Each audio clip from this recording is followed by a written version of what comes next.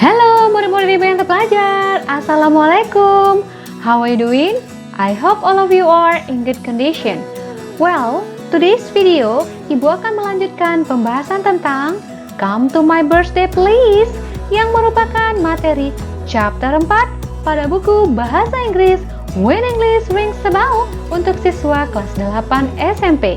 Kali ini kita fokus ke halaman 61. So, without any further ado, let's get started.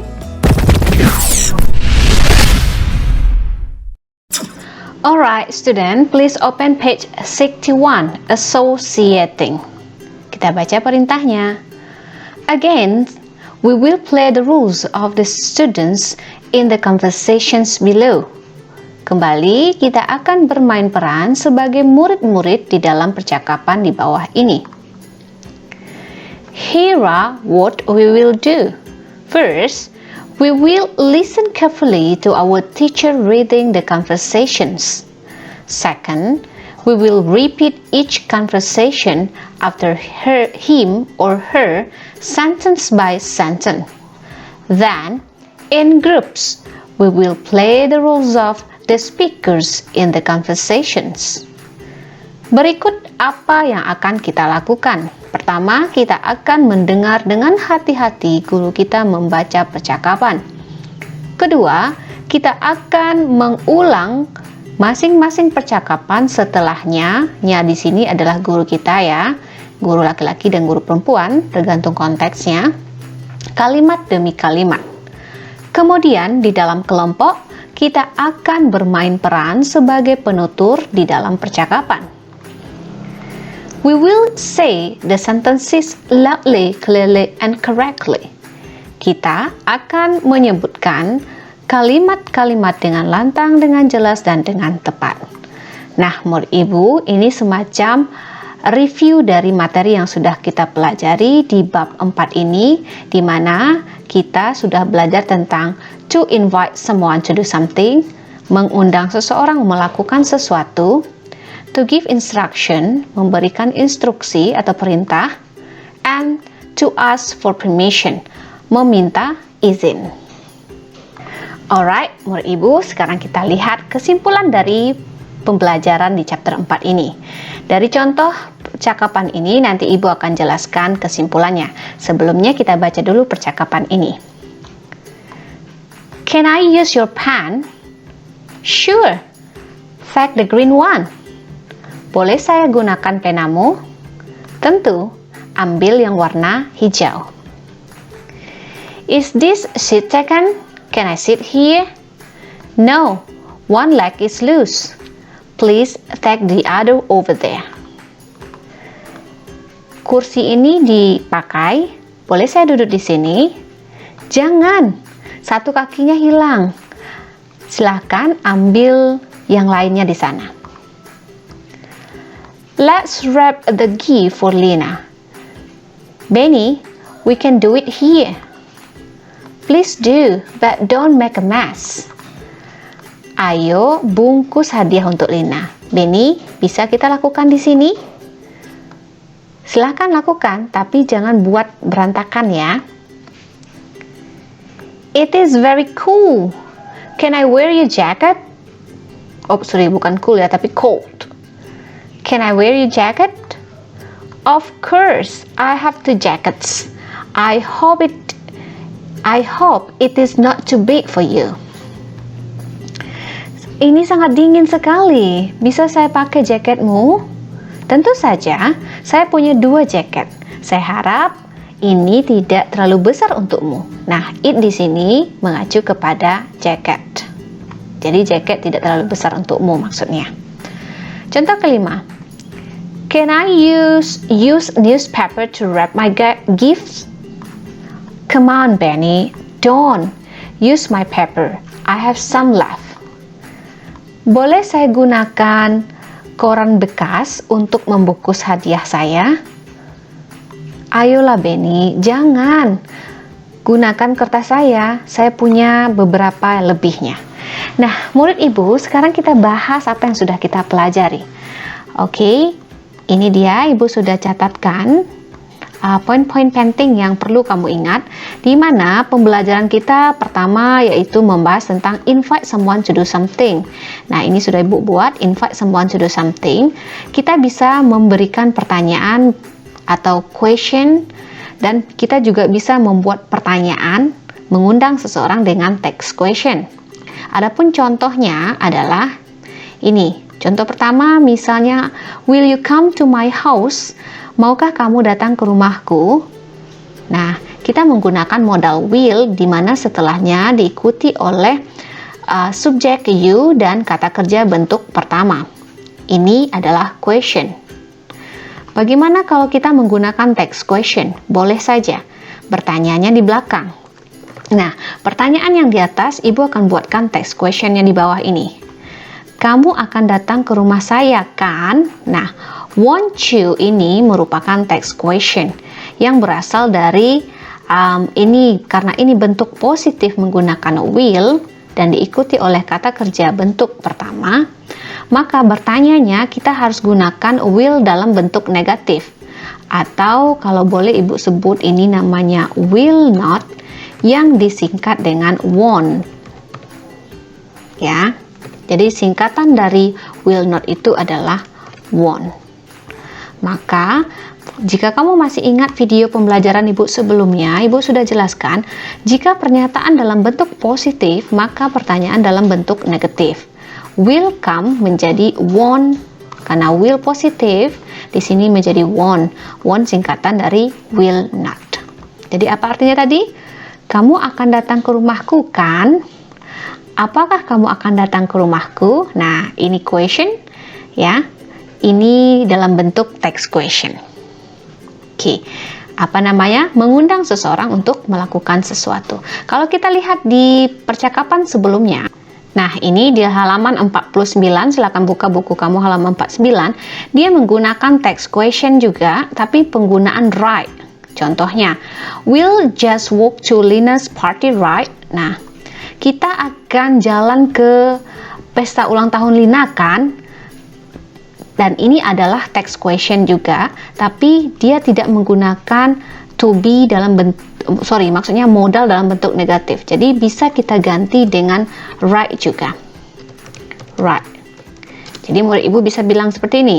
You will come to my house, right? Kamu akan datang ke rumahku, kan? Nah, jadi mana yang murid Ibu suka?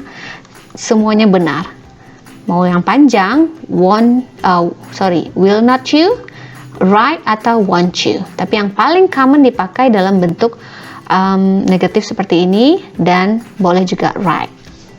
Oke, gimana? Ini contoh pertama. Sekarang kita lihat contoh kedua. Di sini, are you coming to Lina's birthday? Nah, ini pertanyaan juga untuk mengundang seseorang. Di video sebelumnya Ibu sudah jelaskan juga bahwa di sini artinya mengajak seseorang untuk melakukan sesuatu. Memang terkesannya present continuous karena ada to be dan verb ing, tapi ini bukanlah present continuous. Present continuous yang fungsinya untuk future, aksi yang sudah pasti akan dilakukan. Contohnya, apakah kamu datang ke acara ulang tahunnya Lina? Kalau kita mau pakai dalam bentuk text question, kita bisa bilang seperti ini. You are coming to Lina's birthday. Oh, sini ada yang salah nih, ada yang kurang. Oke. You are coming to Lina's birthday, aren't you? Nah, ini adalah text question ya murid Ibu. Oke, di sini subjeknya, ini to be-nya, ini kata kerja bentuk ing. Apa kamu akan datang ke rumah ke ulang tahunnya Lina, kan? Nah, seperti sama dengan di atas, karena ini positif, maka di belakangnya harus dalam bentuk negatif. Are menjadi aren't you. Kalau di sini negatif, misalnya kamu tidak akan datang ke ulang tahunnya Lina, kan? Nah, oke, Bu kasih kayak gini. You aren't atau you are not coming to Lina's birthday, kan? Maka di sini pertanyaannya positif. Are you? Begitu murid Ibu. Ya, agak panjang sedikit Ibu mengulang ya materi kita sebelumnya. Oke, di video sebelumnya atau di halaman sebelumnya, kamu bisa lihat ini contohnya. You are coming to, aren't you? Kamu datang juga, kan? Nah, ini dia murid ibu. Aren't you ini adalah text question-nya. Oke, jadi ibu garis bawah deh. Kenapa dia dalam bentuk negatif? Karena di pernyataannya positif. Kamu datang juga, kan? Mau pakai dengan menggunakan right juga boleh. Ibu kasih contoh, you are not coming to Lina's birthday, right? Bisa pakai right di belakangnya juga boleh. Bagaimana? Nah, kalau di sini adakah? Oke, ini bertanya nih. Is this seat taken? Tapi bukan artinya mengundang ya. Hanya bertanya biasa bahwa apakah kursinya dipakai. Kalau ini mengajak. Will you come to my house? Nah, itu mengajak atau mengundang. Oke, sekarang kita lihat pembelajaran berikutnya sesuai dari aturan buku ini. Oke, ibu scroll ke atas dulu. Give instruction, memberikan petunjuk atau perintah. Nah, ini sudah ibu jelaskan juga yang B. Memberikan, bukan ini yang B ya, tapi kita masuk ke B dulu. Memberikan instruksi atau perintah. Nah, untuk memberikan instruksi, kita bisa gunakan kalimat imperative sentence. Seperti yang sudah ibu jelaskan di video sebelumnya, kamu cek aja, ada linknya di bawah. Kita bisa gunakan seperti ini. Don't diikuti oleh verb pertama, atau murid ibu bisa gunakan kata kerja dan diikuti oleh objek atau komplement. Misalnya kita memberikan instruksi atau perintah, jangan makan, don't eat. Jangan tidur, don't sleep. Jangan buka pintu, don't open the window. Nah, kita gunakan don't, kemudian kata kerja bentuk pertama. Kemudian memberikan instruksi atau dengan menggunakan kalimat imperatif atau kalimat perintah, kita bisa gunakan kata kerja. Kalau dia positif, ini negatif ya, berarti jangan. Kalau dia positif, langsung saja kata kerja dan kemudian diikuti oleh objek dan komplement. Begitu murid ibu. Nah, di atas juga diikuti oleh objek dan komplement ya setelahnya. Oke, sebagai contoh, open the window please. Opennya adalah kata kerja, window-nya objeknya. Open the window please. Jangan opening the window, salah. Karena dia harus kata kerjanya bentuk pertama yang tidak boleh ditambah embel-embel apa-apa. Nah, di sini ada nggak? Oke, ada. Mana dia yang contoh dari give instruction atau imperative dengan menggunakan imperative sentence ini? Take the green one. Ini kata kerjanya. Ini adalah objek di belakangnya. Kemudian, nih, please take the one over there. Nah, please-nya boleh diletakkan di depan atau di belakang. Terserah murid ibu. Yang penting take ini adalah kata kerjanya. Kemudian, please do. Nah, ini juga. Please do, tanpa ada objek boleh juga. Please boleh taruh depan. Atau bisa bilang do it. Nah, kemudian yang melarang atau tidak. Oke, dalam bentuk negatif maksudnya. Nih, don't, verb 1. Ini dia. Don't make a mess. Nah, ini juga memberikan instruksi atau memerintahkan orang untuk tidak membuat berantakan. Don't, nah make ini adalah kata kerjanya. Begitu murid ibu. Jadi, kalau bisa ibu tandai ini ya. Sorry. Kemudian tag ini udah bisa tandai lagi ya. Oke. Ada lagi kah? I hope, of course. Nih. Come on, Benny. Nah, come ini kata kerjanya. Ini juga mengajak. Maksudnya bukan mengajak. Tapi apa tadi? Nih dia. Verb 1, give instruction atau give instruksi ya. Memberikan instruksi atau perintah. Kemudian use my paper. Nah, ini juga menggunakan perintah. Use ini kata kerjanya, my paper ini adalah objeknya. Objek dalam bentuk noun phrase ya. Nah, ibu garis ini objeknya. Sedangkan come ini use ini adalah kata kerjanya. Gimana? Sesuai dengan aturannya ya. Nah, ini udah ibu jelaskan ini. Jadi kalian bisa membuat kalimat sendiri nantinya. Oke. Kemudian ask for permission, meminta izin, asking permission. Nah, ini materi ketiga di chapter 4 ini. Ketika kita meminta izin kepada seseorang, kita bisa gunakan modal may, modal can, dan modal could. Ini sudah Ibu jelaskan juga di video sebelumnya. Nah, ketiga modal ini bisa dipakai, tapi yang tingkat kesantunannya adalah atau sopannya menggunakan modal may. Misalnya, may I, bla bla bla bla, can I, bla bla bla bla, could I, bla bla bla bla. Boleh, tapi yang paling bagus itu may. Di sini ada nggak contohnya? Kita lihat. Oh, dia menggunakan can saja. Can I use your pen? Boleh saya gunakan penamu? Kita boleh ganti can ini dengan menggunakan modal may. Seperti yang udah Ibu sampaikan ini. May. Boleh ganti may atau boleh ganti could. Kalau begitu, could I use your pen? Atau may. May I use your pen? Boleh saja. Ini lagi. Can I sit here? Atau kita boleh ganti could I sit here? Atau may I sit here? Nah, ini meminta izin. Kemudian ini lagi, can we do it? Can we do it here? Bisa kita ganti could we do it here? Atau kita bisa ganti may we do it here? Nah, ada lagi ini, can I wear your jacket? Atau bisa ganti may I wear your jacket? Dan could I wear your jacket? Murid Ibu suka yang mana? Kalau mau santun pakai may. Kemudian ada lagi ini, can I use, oh my god, kita hapus saja ini dulu. Can I use newspaper to wrap my gift?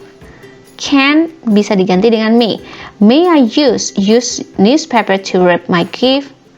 Dan kita bisa ganti lagi dengan menggunakan could I use newspaper to wrap my gift? Nah, jadi murid Ibu, can yang Ibu tanda-tandai ini bisa diganti dengan apa tadi?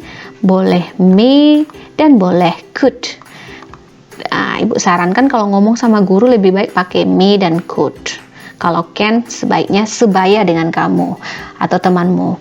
Karena dalam bahasa Inggris itu juga ada tata krama kesantunan supaya lebih halus bahasa kita. Oke. Kemudian di pelajaran ini juga ada yang menggunakan let's.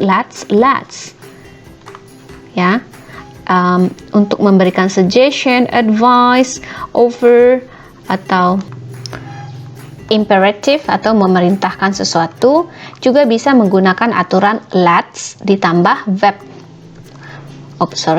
Verbnya harus verb bentuk pertama juga ya, tidak boleh tambah ed, tambah ing. Let's doing salah. Nah, let's ini masih ingat nggak murid Ibu bahwa let's ini adalah singkatan dari apa? Siapa yang masih ingat? Correct. Let's adalah singkatan dari let us. Nah, inilah singkatan dari let's. Jadi jangan salah nanti ya.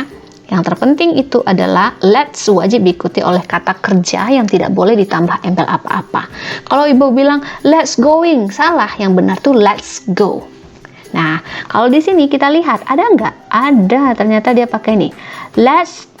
Kita hapus ini. Let's wrap the gift for Lina. Nah, let's ini let's us. Wrap ini adalah kata kerjanya. Kata kerjanya ya. Alright, murid Ibu, dari 5 percakapan ini halamannya cuma ya satu halaman 61. Tapi banyak hal yang sudah kita pelajari karena ini semacam ringkasan materi terkait dengan pembelajaran pada bukan meeting ya, tapi chapter 4 ini. Nah, Ibu sudah buatkan ringkasannya seperti ini. Ada text question atau making a question. Kemudian ada juga give instruction, suggestion, advice, over, dan imperatif, dan asking permission menggunakan modal yang 3 ini.